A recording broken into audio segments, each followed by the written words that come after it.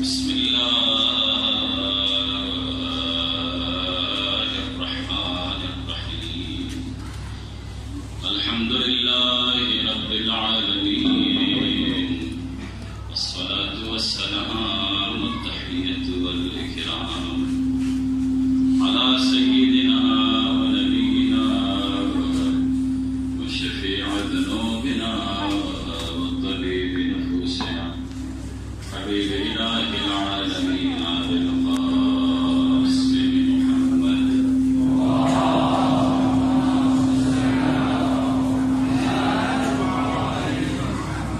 وعلى أهل بيته الطيبين الطاهرين المعصومين المنتجبين واللعنة الدائمة الأبدية على أعدائهم أجمعين من يومنا هذا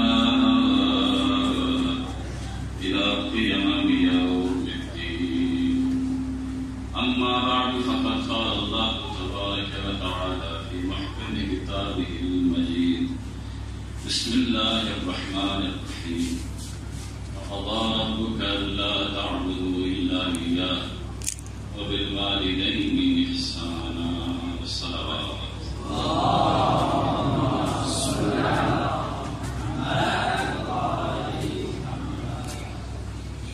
پروردگار عالم سے دعا ہے خداوند اس مجلس کو اپنے بارگاہ کا قبول و منظور فرما. جو بھی برادر حوائج شریعہ رکھتے ہیں سب کے حاجات پوری فرما. بطور خاص ایک مرحومہ کے لیے ہم بیٹھے ہیں.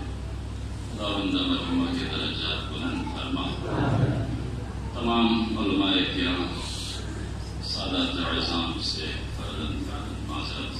دنیا کے جس گوشے میں بھی مباحثہ علیحدہ کر رہا ہے ان میں سے اگر کوئی مریض ہے یا مریضہ ہے تو انہیں صحت و سلامتی عنایت فرما. سامعین محترم، مقدمتاً چونکہ مرحومہ مقبولہ کے لیے ایک خاص سرفرازی اور ایک درہ امتیاز یہ حاصل ہے کہ سرزمین نجف اشرف وادی السلام میں ان کو جگہ ملی ہے اور اس سرزمین پر دفن ہوئی.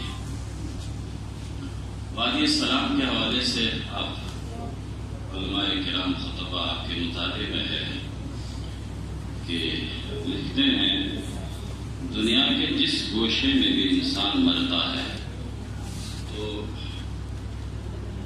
سخت قبر دم میں قبر سے ان کو معافی نہیں ہے. اگر کوئی پوچھنے والا یہ پوچھتا ہے، سوال کرتا ہے کہ ہم انہیں نہیں دفناتے، ہوا میں لٹکا کے رکھتا ہے، تو اس کا جواب یہ ہے کہ خدا ہوا کو حکم دے گا اور وہ ہوا انہیں فشار میں لے گا. لیکن سرزمین نجف اشرف وادی السلام کے حوالے سے شیخ عباس لکھتے ہیں کہ یہاں پر اگر کوئی دفن ہوتا ہے تو فشار قبر سے ان کے لیے نہایت معافی ہے. کوئی فشار یہ بے خاص ایک درہ خاص سرفرازی حاصل ہے مرحومہ مقبولہ کی. یہی نجف ہے جس کے بارے میں لکھتے ہیں کہ امیر المومنین اپنے خاص اصحاب کے ساتھ کبھی کبھار دور خلافت میں جب کوفہ میں ہوتے تھے تو یہی تشریف لے کر آتے تھے. ایک دن ایسا ہوا کہ فرمایا کہ میں جو دیکھ رہا ہوں کیا تم دیکھ رہے ہو؟ اصحاب نے عرض کہ ہم میں اتنی قدرت اور بساط کہاں ہے کہ آپ کے علم تک ہم جائیں. مولانا نے فرمایا 3 دن کے بعد یہاں پہ جنازہ آنے والا ہے. ایسا ہی ہوا. 3 دن کے بعد ایک جنازہ دیکھا گیا جو خون کے اوپر رکھا گیا ہے اور ساتھ میں 2 جوان بھی ہے. ان سے پوچھا کہاں سے آ رہے ہو؟ تو انہوں نے عرض کی ہم یمن سے آ رہے ہیں. کیونکہ خاص وجہ تھی والد صاحب کی وصیت تھی میں دنیا سے چلا جاؤں تو مجھے غریب میں دفنا دینا، پشت کوفہ ظہر کوفہ میں دفنا دینا. کوئی خاص وجہ بھی بتائی؟ جی وجہ بھی بتائی. وجہ یہ بتائی کہ والد صاحب نے کہا کہ مجھے عرض غریب میں دفنا دینا. کیوں؟ کیونکہ وہاں پہ کیسے ولی خدا دفن ہوگا؟ اگر وہ چاہے تو آدم سے لے کر قیامت تک کے لوگوں کی شفاعت کر سکتا ہے۔ عزیزان گرامی، قدر دیکھیں ساتھ ہونے میں۔ اب جو اصحاب ساتھ تھے ان کو کیا پتا کہ کون ولی خدا دفن ہوگا؟ مولا نے پوچھا تم جانتے ہو ولی خدا کون ہے؟ نہیں۔ مولا نے فرمایا خدا کی قسم وہ میں علی، میں اسی پشت کوفہ ظہر کوفہ میں یہی دفن ہوں گا، اور خداوند عالمین مجھے قدرت دیں گے، میں اگر چاہوں تو آدم سے لے کر قیامت تک کے لوگوں کی شفاعت کر سکتا ہوں۔ تو یہ ایک خاص شرف ہے، ایک خاص منزل ہے۔ بھئی کیوں امیر المومنین کو یہاں دفن کیا گیا اور امیر المومنین کو کیوں یہاں دفن ہونا تھا؟ وہ ایک حدیث ہے، اس میں لکھا گیا ہے کہ پیغمبر نے فرمایا ابھی دنیا کے بہت سارے دریا مناظر جیسے ہیں جن کو خداوند عالمین نے جن پر کرم کیا، جن پر عنایات کیا، جن پر لطف کیا۔ کیوں؟ کیونکہ اس لیے انہوں نے ہماری محبت کو، ہماری ولایت کو جب ان کے سامنے پیش کر دیا تو قبول کرنے میں باقیوں سے سبقت کی، باقی مناطق سے، باقی قریہ سے انہوں نے سبقت کی۔ نجف اشرف، سرزمین نجف اشرف کو بھی یہ اعزاز حاصل ہے کہ وہ بھی ان مناطق میں سے ایک منطقہ ہے جس نے ہماری ولایت و محبت کو بہت جلد قبول کیا، اس لیے فشرفہا بقبرک یا علی، اس لیے خداوند عالمین نے اس سرزمین کو تمہاری قبر سے شرف دیا۔ قبر علی سے کیوں؟ کیونکہ محمد و آل محمد کی محبت کو قبول کرنے میں سبقت حاصل، سبقت حاصل۔ سرزمین نجف اشرف وعلیہ السلام لکھتے ہیں کہ آپ چاہیں صافی صفا، جس میت اور جس جنازے کے حوالے سے بات ہوئی تھی، لیکن صافی صفا کے حوالے سے یہ حدیث وہاں ان کے قبر کے اوپر بھی آویزاں ہے۔ آپ وہ پڑھیں گے تو وہاں پہ اور بھی آپ آگے جا کر پڑھیں گے کہ یہ وہی قطعہ انہیں قطعوں میں سے ایک قطعہ ہے، انہیں پہاڑ کے حصوں میں سے ایک حصہ ہے جس پر حضرت عیسیٰ تقدیس کیا کرتے تھے، جس پر حضرت موسیٰ خدا سے کلام کیا کرتے تھے، جس پر حضرت ابراہیم کو خلیل بنایا گیا تھا۔ تو بہت ہی شرف اور منزلت حاصل ہے سرزمین نجف اشرف۔ لہذا یہ درہ اور یہ سرفرازی مرحومہ کے لیے حاصل ہے کہ وہ نجف اشرف میں آپ دیکھیں مناظر الاخرہ میں زقۃ القبر باب ہے، الگ الگ باب ہے، تو ان میں سے ایک باب ہے زقۃ القبر، اور اس میں یہ ہے کہ زقۃ القبر کیا ہے، شہباز دیکھتے ہیں پھر کون سی ایسی وجوہات ہیں جن کی وجہ سے زقۃ قبر فشار میں انسان کو لے کر آتے ہیں، اور پھر اس کے بعد وہ چیزیں ان چیزوں کی طرف اشارہ ہے کہ جن چیزوں کے ذریعہ سے انسان اپنے آپ کو فشار سے بچا سکتا ہے، جیسے سورہ نساء کی تلاوت ہے، ان کے علاوہ بہت ساری اور بھی وہاں پہ وجوہات ہیں۔ تو ان میں سے ایک یہ ہے کہ اگر کسی کو یہ نصیب ہو کہ اس دنیا سے وہ چلا جاتا ہے اور ان کی قبر اور مرفن اگر نجف، یہ وادی وادی امن ہے، یہ وادی وادی سلام ہے، یہاں پر ہر حوالے سے ان کو سلامتی اور یہاں پر امن میں وہ جانے والا رہتا ہے۔ سلوات کا سہارا دے دیجیے گا۔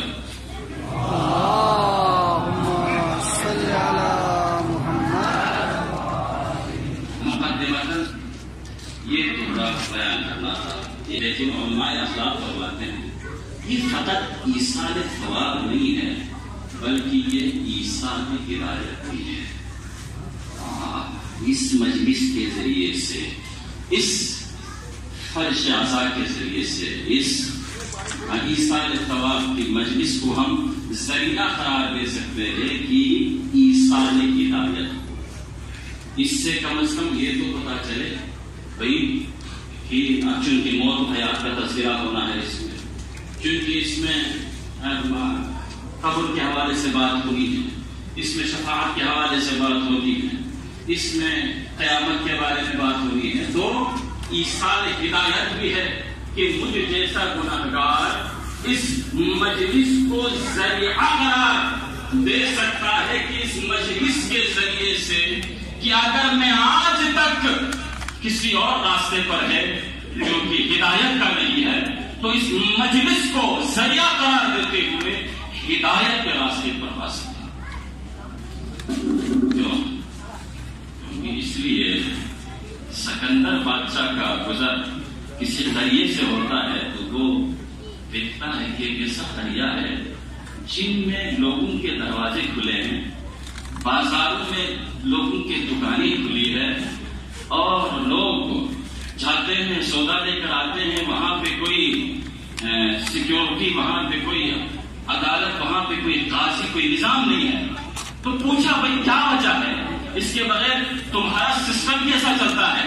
تو لوگوں نے عرض کی اس لیے کہ ہم میں سے کوئی اس دنیا سے چلا جاتا ہے تو ان کو ہم اپنے گھروں کے سامنے دفنا دیتے ہیں، بلکہ ان کو اپنے گھروں میں ہی ہم انہیں دفناتے ہیں، تاکہ جب بھی ہم گھر سے نکلے تو ہماری نظریں قبروں کے اوپر پڑے، اور جب قبر کے اوپر ہماری نظریں پڑتی ہے تو موت ہمیشہ ہمارے ذہنوں میں رہتی ہے۔ اب جن کے ذہنوں میں موت رہے کبھی بھی گناہ نہیں کرے گا، اب جب گناہ ہی نہیں کرے گا، اب چوری ہی نہیں کرے گا، اگر کسی سے گناہ ہوتا ہی نہیں ہے تو پھر قاضی کی کیا ضرورت ہے، سیکیورٹی کی کیا ضرورت ہے، پھر باقی جو محکمہ ہے ان کی پھر کیا ضرورت پیش ہے؟ بس یہی وجہ ہے۔ اگر انسان موت کو اگر ذہن میں رکھتا ہے اور موت کو ہمیشہ یاد رکھتا ہے تو پھر گناہ کو انسان نہیں کر سکتا۔ یہی وجہ ہے جب اباذر سے کسی نے پوچھا، اباذر موت سے بہت ڈر ہے، ہمیں کیا وجہ ہے؟ تو اباذر نے کہا اس کی خاص وجہ یہ ہے کہ تم نے دنیا کو آباد کیا ہے، آخرت کو تم نے برباد کر دیا ہے۔ ایک جملہ ہے عمرتم الدنیا وآخرت وخربتم الآخرۃ، تم نے دنیا کو آباد کیا ہے، آخرت کو برباد کر دیا ہے۔ لہذا کوئی نہیں چاہتا ایک آباد جگہ سے کسی غیر آباد جگہ کی طرف منتقل ہونا۔ وَقَضَىٰ رَبُّكَ أَلَّا تَعْبُدُوا إِلَّا إِيَّاهُ وَبِالْوَالِدَيْنِ إِحْسَانًا۔ علماء ہے، ترجمے کی ضرورت نہیں، تفسیر تک بھی آپ کے رسائی ہے، بلکہ آپ خطیب ہیں، آپ علماء ہیں، آپ واعظ ہیں، آپ مبلغ ہیں، ہم آپ سے ہی مستفید ہوتے رہتے ہیں۔ عزیزان گرامی، قدر احسان یہاں مطلقاً ہے، چاہے والد مسلمان ہو چاہے والد کافر ہو، خدا کا حکم ہے وَقَضَىٰ رَبُّكَ أَلَّا تَعْبُدُوا إِلَّا إِيَّاهُ وَبِالْوَالِدَيْنِ إِحْسَانًا۔ ایک سوال ان برادران کے لیے جو کہتے ہیں کہ ہم نجف میں ہیں، ہم نجف میں ہیں، ہمارے والدین ہمارے گھروں میں ہیں، دیہات میں ہیں، تو ہم ان کی خدمت نہیں کر سکتے۔ وَبِالْوَالِدَيْنِ إِحْسَانًا، ہم کیا کریں تاکہ ہم ان لوگوں میں شمار پر چلتے جاؤ، نمازیں پڑھتے جاؤ، اپنی نمازیں پڑھیں، اپنی نمازیں پڑھتے جاؤ، زیارت کے لیے تم جاتے رہیں، والدین کے لیے خود بخود صلہ پہنچتا رہے گا، کیونکہ انہی والدین کی مرہون منت ہے۔ ہم انہی والدین کے ایک لحاظ سے دیکھا جائے تو ایک ثمر ہے، ہم ثمر ہے ان کا، لہذا ہم جو کچھ نیک عمل بجا لائیں گے خود بخود والدین کے نام اعمال میں وہ ثواب خدا العالمین پہنچائے۔ وَقَضَىٰ رَبُّكَ أَلَّا تَعْبُدُوا إِلَّا إِيَّاهُ وَبِالْوَالِدَيْنِ إِحْسَانًا۔ کوئی فرق نہیں ہے، چاہے والد اچھا ہو چاہے وہ نیک ہو چاہے وہ برا ہو، احترام ضروری ہے، والدین کا احترام ضروری ہے۔ امام جعفر صادق علیہ الصلوۃ والسلام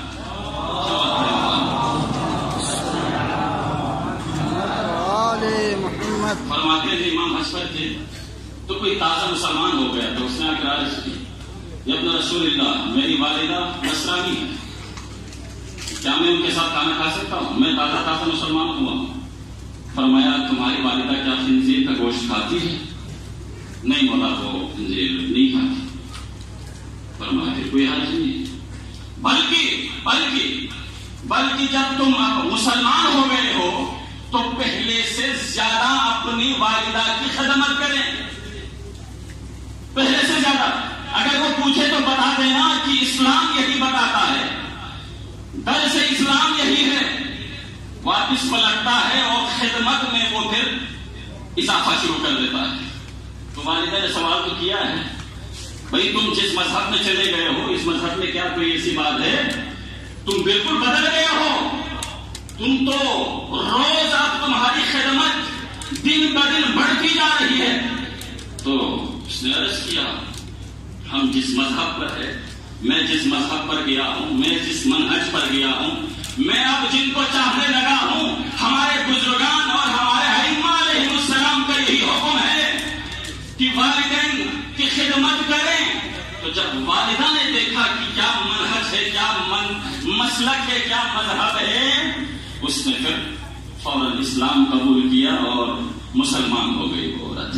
عزیزان گرامی، خلاصہ کلام یہاں پہ کچھ لوگ یہ کہہ کر گزر جانے کی کوشش کرتے ہیں چونکہ میرے والد کا آپ کو پتا نہیں ہے، میرے والدین کا آپ کو پتا نہیں ہے، وہ یہ ہے وہ ہے۔ یہاں پہ مطلقاً حکم ہے، مطلقاً حکم، چاہے وہ نیک ہوں، چاہے وہ برے ہوں، چاہے وہ مسلمان ہوں، چاہے وہ کافر ہوں، والدین ہونے کے ناطے، والد ہونے کے ناطے، والدہ ہونے کے ناطے ان کی خدمت کرے، ان کے ساتھ احسان کرے۔ اور مفسرین نے کیا لکھا ہے؟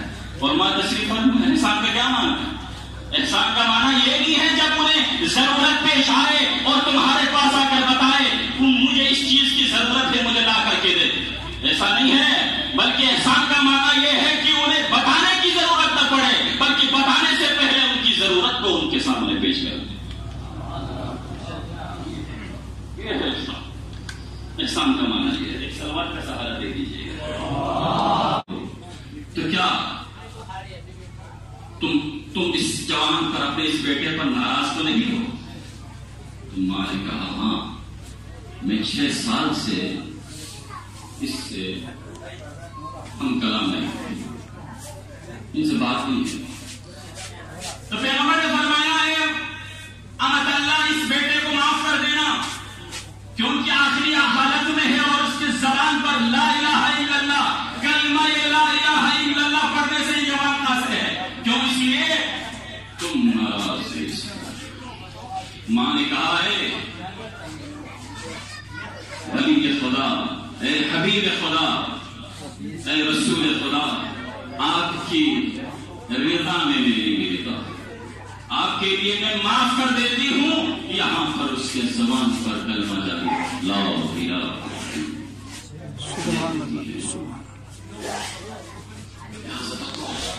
ان کی یہی چاہت ہوگی کہ آپ انہیں فون کریں، آپ ان کی خبر دے دیں، آپ ان سے پوچھیں ماں آپ ٹھیک نہیں گئی، ماں کے بارے میں نہ پوچھیں، ماں یہ نہیں چاہتی آپ سے کہ میرے بارے میں کچھ میرا کرنا، ماں یہ چاہتی ہے کہ بیٹا بس اپنی خبر دینا مجھے اپنی خبر دینا، کیونکہ ماں ہے، آپ ان کے لخت جگر ہے تو انہیں آپ کی فکر ہے، انہیں ہمیشہ فکر لاحق رہتی ہے، بس وہ چاہتی ہے کہ آپ کی سلامتی کی خبر ان تک پہنچتی رہے، لہذا آپ اپنی خبر انہیں سنائیں۔ ماں یہ نہیں چاہتی، میں خود اپنی بات کرتا ہوں، جب میں اپنی ماں سے بات کرتا ہوں اور جب میں ان کی خیریت کے بارے میں پوچھتا ہوں تو وہ یہی کہتی ہے کہ مجھے چھوڑ دے، اپنی خیریت کا بتا۔ ماں نہیں چاہتی وہ ماں کے بارے میں آپ پوچھیں نا، بلکہ ماں چاہتی ہے آپ اپنی خیریت کے بارے میں بتا دیں۔ ماں کہیں ہماری خصلت ہمیں دنیا میں بھی اور آخرت میں برباد نہ کر دے۔ خدا آپ علماء کرام ہیں، میرے بھائی، آپ سب میرے قابل احترام ہیں، لیکن یہ چیزیں ضروری ہوتی ہیں۔ یہ چیزیں اگر ہم ایک دوسرے کو ان چیزوں کی تنبیہ اگر نہ دے تو کوئی تیسرا بھی آئے گا جو آ کر ہمیں ان چیزوں کی طرف تنبیہ کرے۔ ایک سلوات کا سہارا دے دیجیے گا۔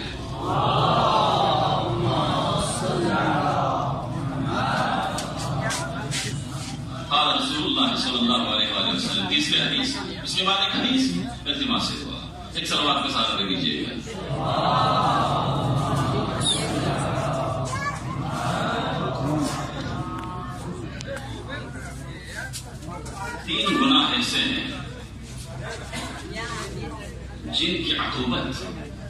جن کی سزا کے لیے آخرت تک انتظار نہیں.